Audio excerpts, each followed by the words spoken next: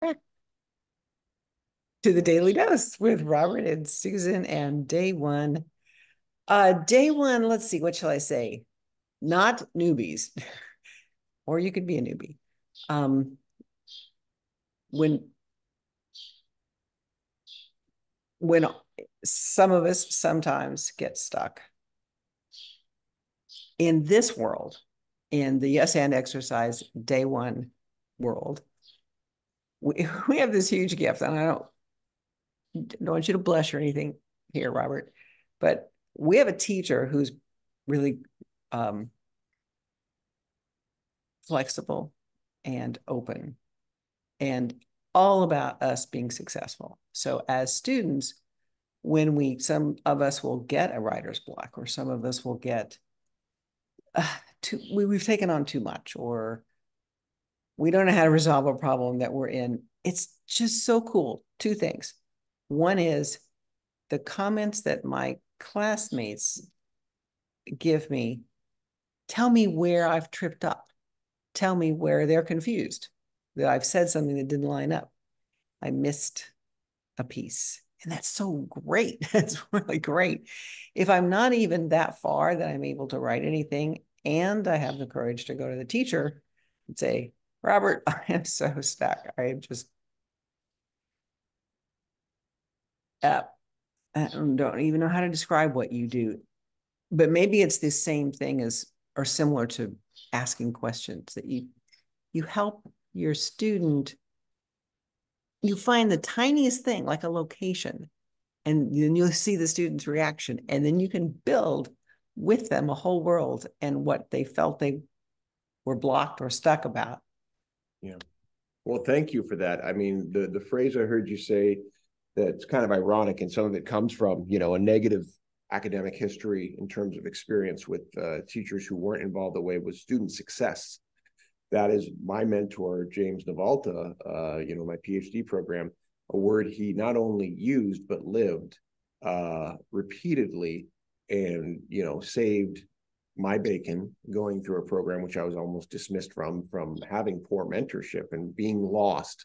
I know so well what that feeling is, that it feels like my calling to help people, recognize that A, it's okay to be lost.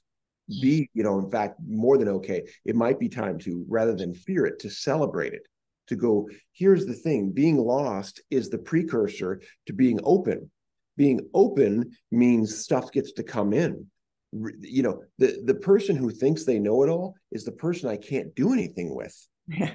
Yes, the person who's vulnerable and scared and running this way and that. This is a collaborative effort. Mm-hmm. You're the teacher, but you're not up in the front of the classroom.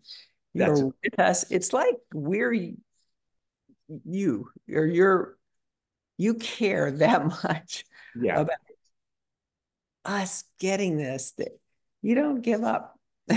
No, the goal is elevated space. There are parameters, of course, we all have to reach, and there are, like any process, yeah, there are some things that someone has to be able to do. I as I've said many times, as a Sherpa, I'll carry the bags, I can't carry you, right? I'll lead the direction. I won't, put you on my shoulder and drag you there.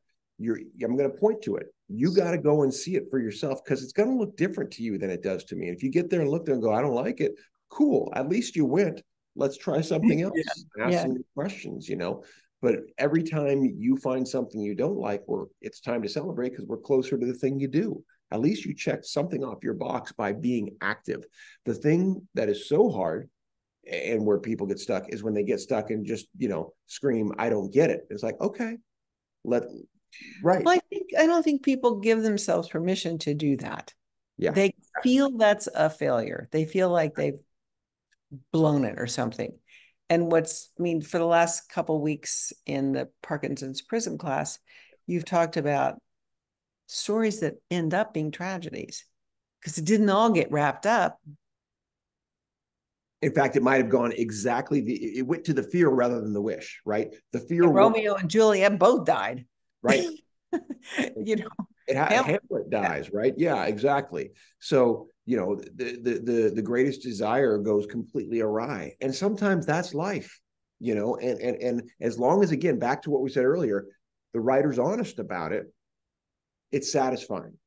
We may be crying at the end of it, we may be sad, but we are still thankful for the journey because, again, it was honest and it followed the rules.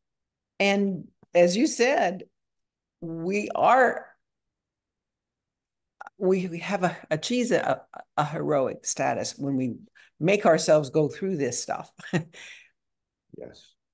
The And act, the act even of if going. it's something as small as a an expectation to keep it to a page, well, for me, that's really hard.